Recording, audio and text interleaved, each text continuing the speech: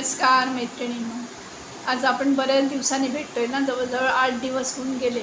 मध्ये माझी तब्येत नव्हती बरी, मला उलट्या जुलाब ताप असं चालू होतं. त्याच्यामुळे मी व्हिडिओ काही घेतला नाही, म्हणजे मला गोष्टी सांगितल्या नाहीत. आजपासून आता आपण सुरुवात करतोय. तर सर्वात प्रथम आपल्या महाराजांचं नामस्मरण म्हणजे आशीर्वाद घेऊया. अवधूत चिंतन श्री गुरुदेव दत्त, अक्कलकोट निवासी राजाधिराज योगीराज परब्रह्म सद्गुरु श्री स्वामी समर्थ महाराज की जय. ब्रह्मचैतन्य गोंदवलेकर महाराज की जय. तर मागच्या भागामध्ये आपण बघितलं की महाराज गोंदवल्यातनं बाहेर पडल्यानंतर गोंदवल्यामध्ये काय काय घडलं ते. तर आता आपण पुढे जातोय की जवळजवळ त्यांची 10-11 वर्ष 12 वर्ष पूर्ण होत आलेली आहे त्या परिक्रमेची. त्यांच्या गुरूंनी त्यांना सांगितलं होतं ना 12 वर्ष भारत भ्रमण करायची म्हणून. तर ते आता फिरत फिरत नर्मदा किनारी आले. नर्मदा किनारी त्यांचं फिरणं चालू होतं. अशा वेळेला त्यांना एक मुलगा वाटेमध्ये भेटला. तर तो घरात न सांगता परिक्रमेला आलेला होता. पण तुम्हाला मी खरं सांगू, ही तर फार पूर्वीची गोष्ट आहे, पण आजही अशा गोष्टी घडत आहेत. कारण मी ही नर्मदा परिक्रमा केली त्यावेळेला मला अशी माणसं भेटली की जी, आणि ती पण वयस्कर माणसं, की जी घरामध्ये न सांगताच बाहेर पडतात, परिक्रमेला येतात. आणि मग घरच्यांची बिचाऱ्यांची तारांबळ उठते, शोधाशोध होते. तर असं कोणी शक्यतो करू नका. आणि परिक्रमेतला हा एक नियम पण आहे की आपण घरच्यांचा आशीर्वाद घेऊन, परवानगी घेऊन मगच परिक्रमेमध्ये यायचं असतं. तर शक्यतो कोणी असं करू नका. मला अशी माणसं भेटलेली आहेत परिक्रमेमध्ये. तर तसाच हा मुलगा घरामध्ये न सांगता नर्मदा किनारी फिरत होता. मग तो आपल्या महाराजांना भेटला. मग महाराजांना भेटल्याच्या नंतर तो महाराजांबरोबर चालत होता, फिरत होता, थांबत होता. असं सगळं त्याचा दिनक्रम चालू होता. पण असं करता करता महाराजांच्या अध्यात्मातली आणखीन एक अशी प्रगती झाली की महाराजांना अचानक कुठेही समाधी लागायला लागली. की म्हणजे असं नाही की एका ठिकाणी बसले आणि समाधी लागली, असं नाही. बोलता चालता त्यांना समाधी लागायला लागली. आणि काय झालं, एकदा असं नदीकिनारी फिरता फिरता महाराजांना अचानक समाधी लागली. आणि मी समाधी लागल्याच्या नंतर त्या मुलाला यातलं काहीच माहिती नाही, ना समाधी ना ध्यानधारणा नाही, काही नाही. महाराजांनी काही सांगितलं असेल, पण जास्त दिवस नसतील झाले त्याच्याबरोबर त्यांचे, त्यामुळे त्याला यातलं काही माहितीच नव्हतं. तर त्यांची तिथे समाधी लागली. समाधी लागल्याच्या नंतर तो महाराजांना उठवत होता, पण महाराज काय उठे नाहीत. कारण समाधी लागल्याच्या नंतर काही तन्मन भान काहीच नसतं माणसाला. तर तो मुलगा खूप घाबरला आणि पळून गेला. त्यानं तिथेच एकट्याला टाकून. आणि महाराजांच्या अवतीभोवती चिखल होता, पाणी होतं, सगळं होतं. पण महाराजांना समाधी लागल्यामुळे त्यांना देहाचं भान नव्हतं, काय आहे आजूबाजूला आणि काय नाही. आणि समाधी किती वेळ लागेल, किती दिवस लागेल, काही सांगू शकत नाही.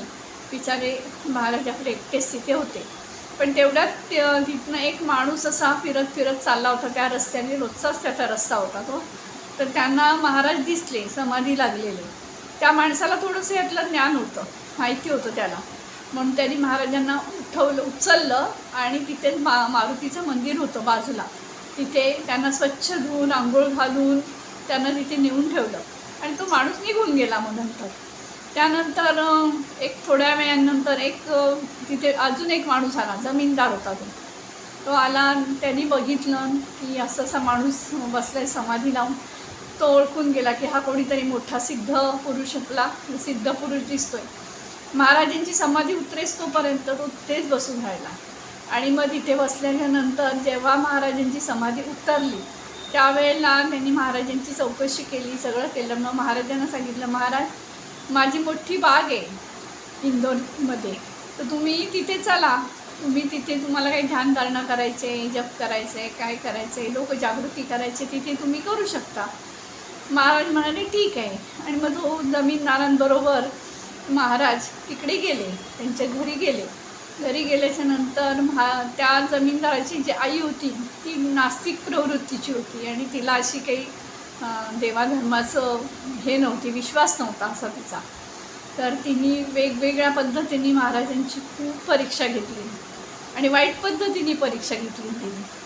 पण महाराज काही हल्ले नाहीत किंवा महाराज तिला काही रागाने बोलले नाहीत, काही नाही. कारण महाराजांना तिचं जो हे अज्ञान होतं ते घालवायचं होतं. काहीच बोलले नाहीत महाराज. मग तिची परीक्षा बघून शेवटी ती महाराजांना एक दिवशी शरण आली. मग महाराजांनी तिला पण नामस्मरणाचं महत्त्व सांगितलं, जप्याचं महत्त्व सांगितलं. त्याप्रमाणे मग ती तसं करायला लागली. मग त्यांच्याकडे पण लोक येत जात असं सगळं चालू होतं. आणि मग असे बरेच दिवस ते जमीनदारांकडे त्या बागेमध्ये राहिले महाराज. आणि मग तिथून पुढे निघाले ते रामेश्वरला गेले. असे फिरत रामेश्वरवरून येहेळ गावी आले, म्हणजे जिथे त्यांचे गुरु होते ना तुकाई महाराज, त्यांना भेटायला आले. कारण जवळजवळ 12 वर्ष पूर्ण होत आली तिथे आले. त्यांच्या गुरूंना भेटले. खूप आनंद झाला दोघांनाही, प्रचंड आनंद झाला. कारण एवढ्या वर्षानंतर गुरु शिष्य भेटले होते एकमेकांना. मग ते तिथे राहिले बरेच दिवस. गुरु शिष्यांच्या गप्पा म्हणजे त्यांच्या गप्पा म्हणजे काय आपल्या सामान्य लोकांसारख्या नाही, अध्यात्माबद्दलच, आणखीन ज्ञान मिळवण्याच्याबद्दल वगैरे असं राहिले तिथे काही दिवस. आणि मग नंतर आपल्या तुकाई महाराजांची परवानगी घेतली आपल्या गोंदवलेकर महाराजांनी आणि म्हणाले की मी आता गोंदवल्याला जाणार आहे. कारण 1 वर्षापूर्वी जेव्हा महाराज गोंदवल्याला गेले होते त्यावेळेला त्यांनी आपली ओळख आईवडिलांना कोणाला दिली नव्हती. मग ते म्हणाले होते की त्यावेळेला त्यांचे आईवडील जेव्हा त्यांना भेटायला आले होते तिथे, तेव्हा त्यांनी आईवडिलांना शब्द दिला होता की पुढच्या वर्षी तुम्हाला तुमचा मुलगा भेटेल. त्याप्रमाणे आता 1 वर्ष पूर्ण होत आलं होतं. त्यामुळे मग आपले महाराजनी परवानगी घेतली तुकाई महाराजांची आणि मग गोंदवल्याला आले. आणि मग गोंदवलेला आल्याच्या नंतर त्यांची आणि त्यांच्या आईवडिलांची कशी भेट झाली आणि पुढे गोंदवल्यातला त्यांचा काळ कसा, की त्यांचा प्रवास नाहीच तिथे ते मग काही दिवस थांबले होते. मग तिथे काय काय घडलं, काय काय घटना घडल्या त्या आता उद्याच्या भागामध्ये तुम्हाला ऐकायला मिळतील. तर आजचा भाग हा एवढाच. श्री स्वामी समर्थ. अक्कलकोट निवासी राजाधिराज योगीराज परब्रह्म सद्गुरु श्री स्वामी समर्थ महाराज की जय. ब्रह्मचैतन्य श्री गोंदवलेकर महाराज की जय. जय श्रीराम. मैत्रिणींनो, रोजच्याप्रमाणे सबस्क्राईब करा, लाईक करा, शेअर करा, घंटीचं बटन दाबा, म्हणजे उद्याच्या भागाचं तुम्हाला नोटिफिकेशन येईल. आणि थँक्यू मैत्रिणींनो. श्री स्वामी समर्थ. जय श्रीराम.